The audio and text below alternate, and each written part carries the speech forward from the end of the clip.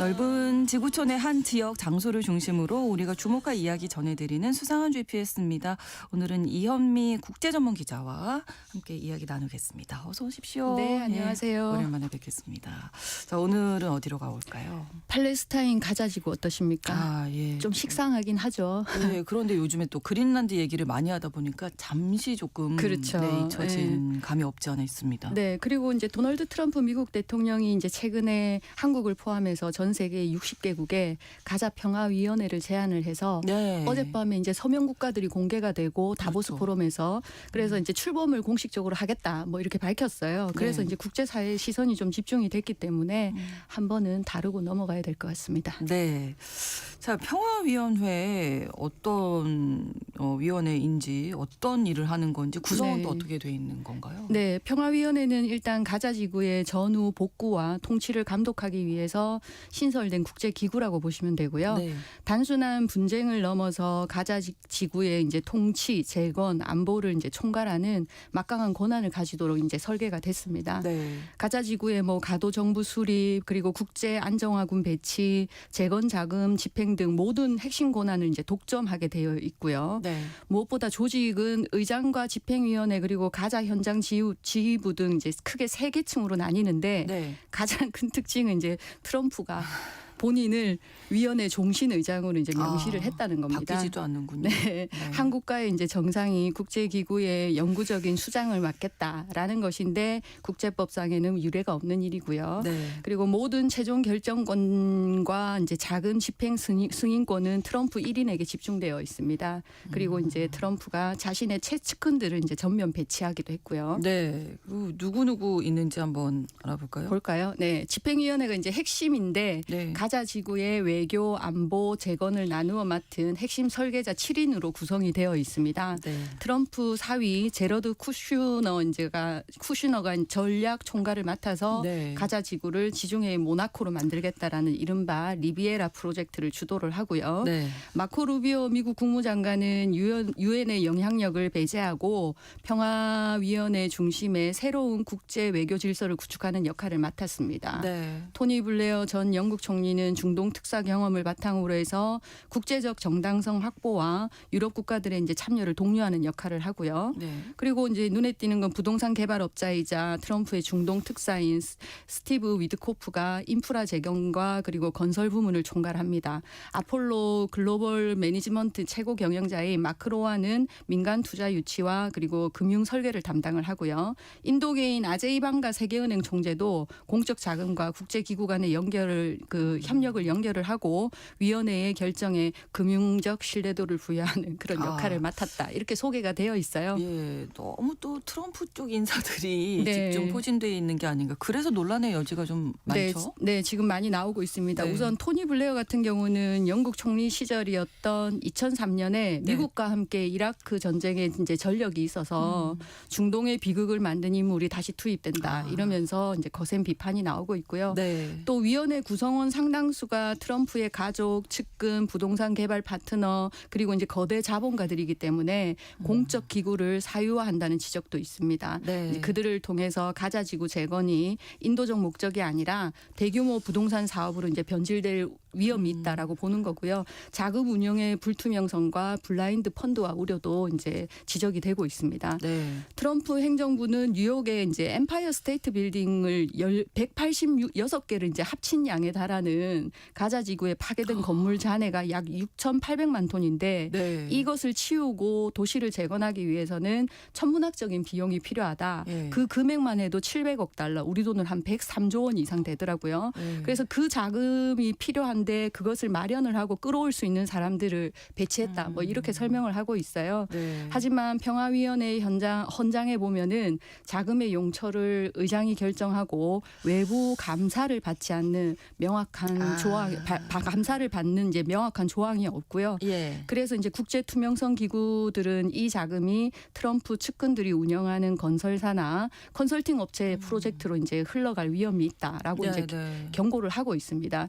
집행 시행위원회의 부동산 거물인 스티브 위드코프 앞서 말씀드린 것처럼 네. 그리고 금융인 마크 로완이 포진하면서 이해 충돌 가능성까지 지적이 되고 있습니다. 말하자면 이제 두 사람이 재건 사업을 주도하면서 자신들이 관리하는 펀드나 기업이 이제 가자지구 재건 사업을 따내는 어떤 구조적 부패로 이어질 가능성이 있다 이렇게 보는 거죠. 네. 또 이제 트럼프가 이번에 내놓은 이제 가자지구 분쟁 종식을 위한 평화 구상 2단계를 보면 네. 기술 관료 중심의 이제 과도 정부를 이제 수립하겠다 이렇게 밝혔어요. 네. 그래서 이제 정부를 이끄는 사람의 가자지구 출신의 기술 관료 출신인 이제 알리 샤스라는 사람을 이제 지명을 한 겁니다. 네. 그런데 문제는 이제 가자지구 주민들이 스스로 지도자를 선출하는 어떤 민주적 절차가 배제가 되고 그렇죠. 위원회가 지명한 지명을 인물이 하면, 예, 행정을 이제 맡게 되는 위로부터 이제 통치 구조를 만들어 버린 그렇죠. 거죠. 네, 네. 그러다 보니까 과도 정부는 위원회의 철저한 감독을 받아야 하고 실질적인 예산권과 이제 보안권이 전혀 없는 겁니다. 그래서 21세기형 신식민지 신탁 통치라는 이제 비판이 나오는 거죠. 생각보다 하나하나가 다 들어보면 다 문제죠. 좀 많은 것 같은데 사실 조직 구성뿐만 아니라 네. 이 위원회 가입 조건이요. 네. 10억 달러를 현금으로 내야 돼요. 우리 그러게요. 돈으로 1조 4,700억 원. 그러게요. 지금 환율로. 네. 예. 말이 안 되는 거죠. 이게 이 가자 평화위원회 헌장에 따르면 이제 위원회 회원국 지위는 철저하게 이제 기여금에 따라서 나뉩니다. 예. 일반 회원국은 이제 현금 기부 없이 가입은 할 수 있는데 네. 임기는 단 3년에 불과하고요. 더군다나 이제 독소 조항이 있는데 임기 연장은 의장인 트럼프의 전적인 재량에 달렸다. 이 조항이고요. 의장이 권한이 너무 많은데요. 그렇죠. 여러모로. 그래서 이제 트럼프 눈밖에 나면은 언제든지 이제 축출이 될 수 있는 거죠. 그렇죠. 네. 그리고 반면에 헌장을 발효한 후 1년 이내에 10억 달러 이상의 이제 현금을 일시불로 납입하는 국가에 한해서는 네. 3년 임기 제한을 주지 않고 영구 상임 이사국 자격을 부여를 합니다. 그러면 이들은 사실상 위원회의 대주주 역할을 하게 되는 거고요. 그렇죠. 하지만 영구 상임 이사국이라고 할지라도 의장은 이들을 해임할 권한을 가지고 있습니다. 상임 이사국 해임 시에는 다른 회원국 3분의 2 찬성이 있어야 한다. 뭐 이런 거부권 조항이 있기는 해요. 그런데 의장 권한이 워낙 막강해서 네. 뭐 형식적일 뿐 현실화되기는 쉽지 않을 것이라는 분석이 나오고요. 심지어 이제 상임 이사국에서 해임이 된다. 그러면은 이미 납입한 10억 달러를 돌려받을 수 있는 규정이 없어요. 네, 따라서 이제 트럼프가 마음에 들지 않는 회원국을 쫓아내고 그 돈을 몰수를 할 수도 있는 구조인 거죠. 그렇군요. 결국 트럼프의 평화위원회는 국제기구의 기본 질서를 흔드는 즉 생존을 위해서 돈을 지불해야 하는 페이투플레이 외교의 뭐 좀 적나라한 현실을 그대로 보여준다. 뭐 이렇게 볼 수 있을 것 같습니다. 그러네요. 이게 네. 가자지구에만 적용이 되는. 그건 아닌 것 같아요. 아, 왜냐하면 평화위원회는 초기에는 이제 유엔 안보리 결의안 28035를 통해서 가자 휴전 중재용으로 이제 승인을 받았습니다. 네. 그런데 실제 공개된 헌장을 보니까 가자라는 단어가 단 한 번도 언급이 되지가 않은 겁니다. 그래서 이제 대신 위원회를 글로벌 분쟁을 해결하는 영구적 기구로 정의를 하고 있는 거죠. 이것은 가자 지구를 일종의 이제 베타 테스트 구역으로 그렇죠. 삼아서 네. 이제 향후 우크라이나나 대만 문제 등 모든 국제 네. 분쟁에서 유엔의 역할을 이제 찬탈하려는 의도가 아니냐라는 분석이 나오는 이유이기도 하고요. 글로벌 분쟁이라고 해서 이제 포괄적으로 다 적용을 해보겠다. 그렇죠. 일단 가자지구부터 시작을 해본다. 시작해보자. 여기서 테스트 한번 해보자. 뭐 이런. 그러면 유엔이라는 이제 국제 기구가 있는데 네. 유엔과의 어떤 관계 설정? 매우 그것도 쉽지 애매하네요. 않겠죠. 네. 트럼프는 평화위원회를 이제 통해서 우선 가자 지구 문제를 다루면서 우리가 네. 앞서 말씀드린 것처럼 유엔을 철저히 배제하고 오히려 유엔 분담금을 삭감해서 위원회로 좀 돌리려고 하는 그런 의도로 보여지고요. 네. 이제 이런 움직임은 80년간 유지된 세계 질서를 한 개인의 이제 입맛대로 해체하려는 시도다라는 지적이 이제 나오고 있습니다. 네. 국제사회가 평화위원회를 트럼프판 유엔이라고 이제 부르는 이유이기도 하고요. 네. 위원회 구상을 이제 발표하기 전에 왜 트럼프가 그 유엔 산하기관 등 66개 국제기구에서 미국이 탈퇴하는 그 대통령 각서에 서명한 적도 있잖아요. 그렇죠. 그것도 이제 같은 목적으로 지금은 해석이 되는 거고요. 네. 하지만 트럼프 뜻대로 되면 국제법적 정당성이 훼손된다는 문제가 발생하고 네. 이제 그 이유는 이제 유엔 등 전통적인 국제기구는 주권 평등의 원칙을 따르지만 네. 평화위원회는 그게 아니라 자본력에 비례해서 국제적 영향력을 배분을 하기 때문에 경제력이 약한 개발도상국의 이제 목소리를 원천 차단을 하게 되는 거죠. 그러면 이제 국제기구를 이제 민간 기업의 이사회처럼 네, 네. 예, 그렇게 이제 운영을 하는 결과를 초래를 하게 되는 거고요. 그리고 이제 평화위원회가 외교적 협박 수단으로 변질될 우려도 있습니다. 이제 10억 달러를 내지 못하는 국가들은 3년마다 이제 트럼프에게 충성 심사를 이제 받아야 임기를 연장할 수가 있는 거죠. 네. 그러면 미국과의 관계 유지가 절실한 국가들은 원치 않더라도 트럼프에게 이제 머리를 숙여야 하는 뭐 그런 상황이 되는 거고, 네. 이집트, 카타르, 요르단 같은 이제 인접국들 같은 경우는 가자 문제에 있어서 직접적인 이해관계에 있는데도 불구하고 자금이 부족해서 위원회 내에서는 좀 2등 국가로 전략하는 뭐 그런 처지에 놓여 있는 상황이기도 하고요. 네, 그러니까 트럼프 대통령, 미국 대통령으로서 임기가 끝나도 이게 계속 그렇죠. 되는 거니까. 그렇죠. 그렇군요. 우리나라도 지금 초청장을 받았죠. 네, 받았어요. 그래서 일단 정부의 공식 발표는 아직 없었는데 네.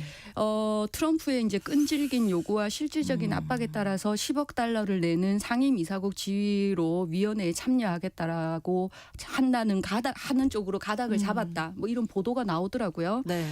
트럼프 행정부가 한국의 가입 여부를 한미 자유무역협정 재협상과 그리고 반도체 보조금 환수 문제와 직결시키겠다라는 비공식 경고를 보낸 결과다.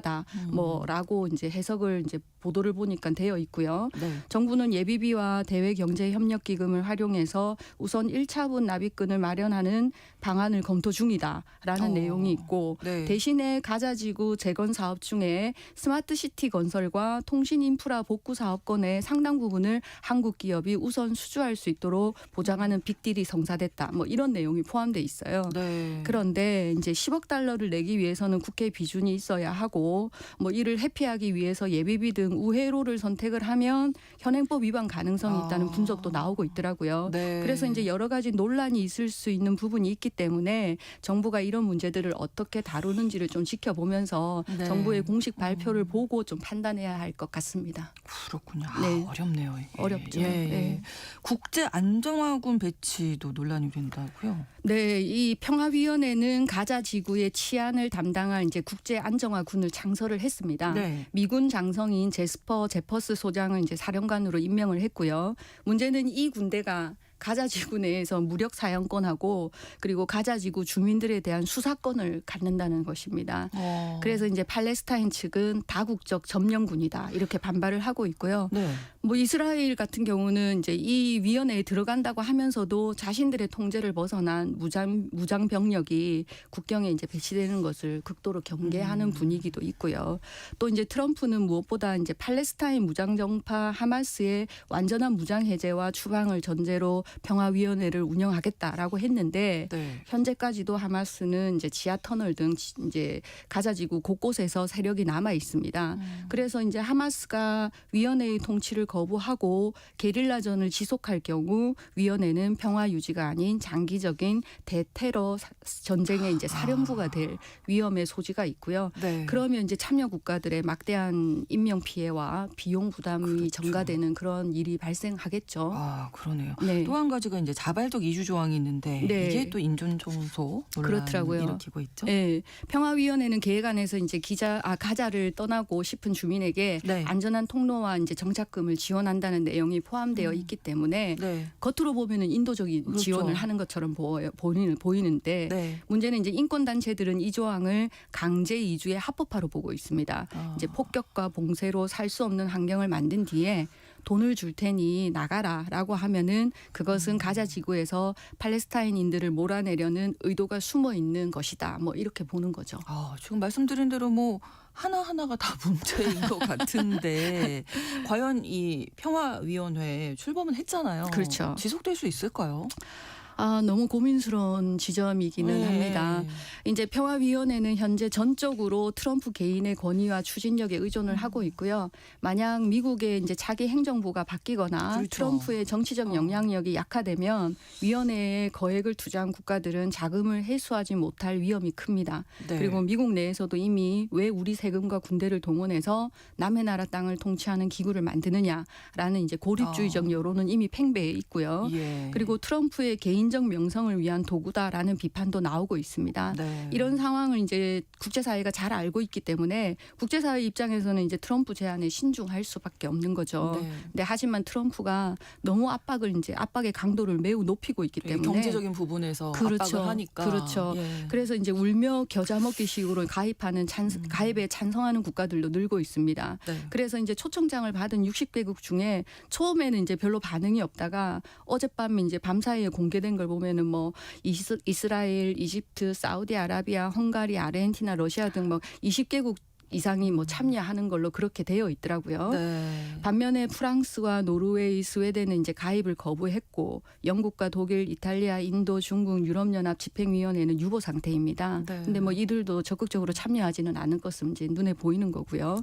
근데 이제 지금까지 진행 상황을 보면 이미 국제사회는 트럼프 지지파와 유엔 중심파로 균열이 생기고 있고 그렇죠. 네. 가자지구 문제를 넘어서 글로벌 외교 지형 자체를 흔드는 결과를 초래하고 있습니다. 따라서 만약에 트럼프의 평화위원회가 성공한다면 우리는 지난 80년간 익숙했던 법에 기반한 질서를 잃고 거래에 기반한 질서의 시대로 이제 강제 진입하게 되는 거죠. 그래서 이제 평화위원회의 지속 가능성을 우리가 타진하기 위해서는 네. 먼저 국제사회에 우리 스스로 좀 질문을 던질 필요가 좀 있을 것 같아요. 과연 우리는 평화를 상품으로 받아들일 준비가 되어 있느냐? 뭐 이 질문인 거죠. 평화가 상품이다.